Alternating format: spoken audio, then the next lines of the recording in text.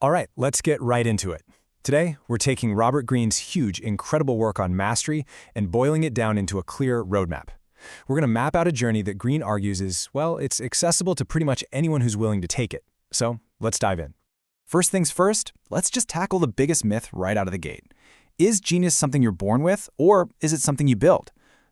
We love to think that creativity and mastery just, poof, appear out of nowhere, a gift. But what if that's all wrong? What if greatness isn't a gift at all, but a process that any one of us can follow? And this quote from Greene himself just nails it. The path to the top isn't about some kind of magic talent you either have or you don't. No, it's about a system. It's about time and intense focus. And you know what that means? It means mastery is actually achievable. So, where does a journey this big even begin? Well, it's not by looking out at the world for the next big opportunity. It's actually by looking inward. The very first step, the most crucial one, is to figure out what you, and only you, are truly meant to do. Greene calls this your life's task, and you can think of it like an internal compass. When we were kids, we were all drawn to certain things, right? But as we grow up, society and all its pressures can kind of drown out that inner voice.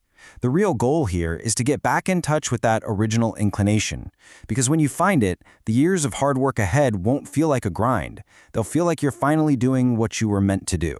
So once you've reconnected with your calling, you enter the first and maybe the most important phase, the apprenticeship. Now, the goal here isn't a bigger paycheck or a fancy title. The real prize is something much bigger. It's the total transformation of your mind and character through learning. And your apprenticeship happens in 3 stages. First, you just observe. You're like a spy, quietly learning the rules of the game. Then, you move into practice mode. This is where you get your hands dirty with intense, repetitive skill building over and over, until the basics are just automatic. And finally, you enter the active mode, where you start to experiment, to bend the rules a little, and see what happens. This is where your education really begins. You've probably heard of the 10,000-hour rule, right? Well, it absolutely applies here. This apprenticeship phase takes a huge amount of time, but more than that, it takes intense, focused practice to really absorb the skills of your field. There are just no shortcuts. So, with all those hours ahead of you, how do you make sure you're not just spinning your wheels? You find a mentor. Look, learning on your own is slow, it's generic.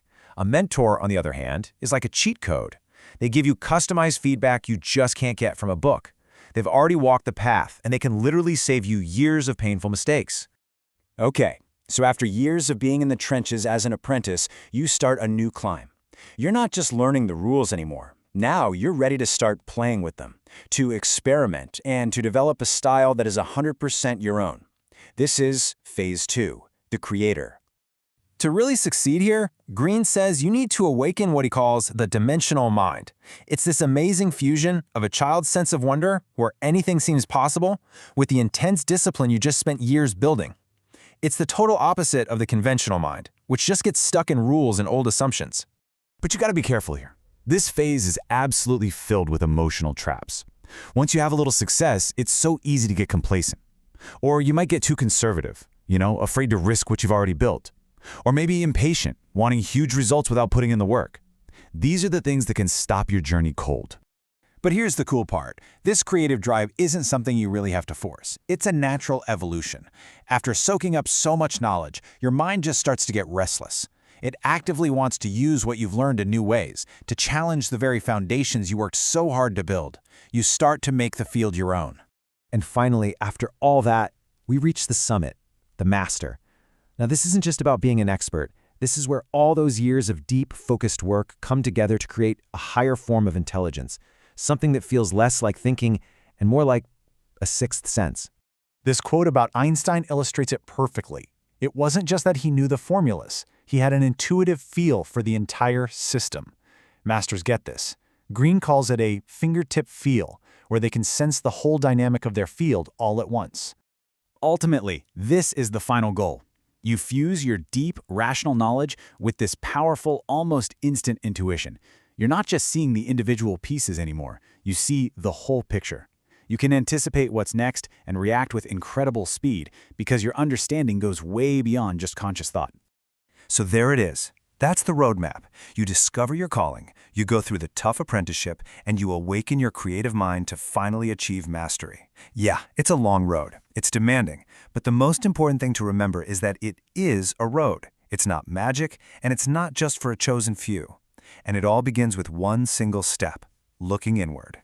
And that brings us to the final and really the only question that matters right now. This entire grand journey, all these phases and strategies, they all start right here. So I'll ask you, what is it that you were uniquely put on this earth to do? What is your life's task?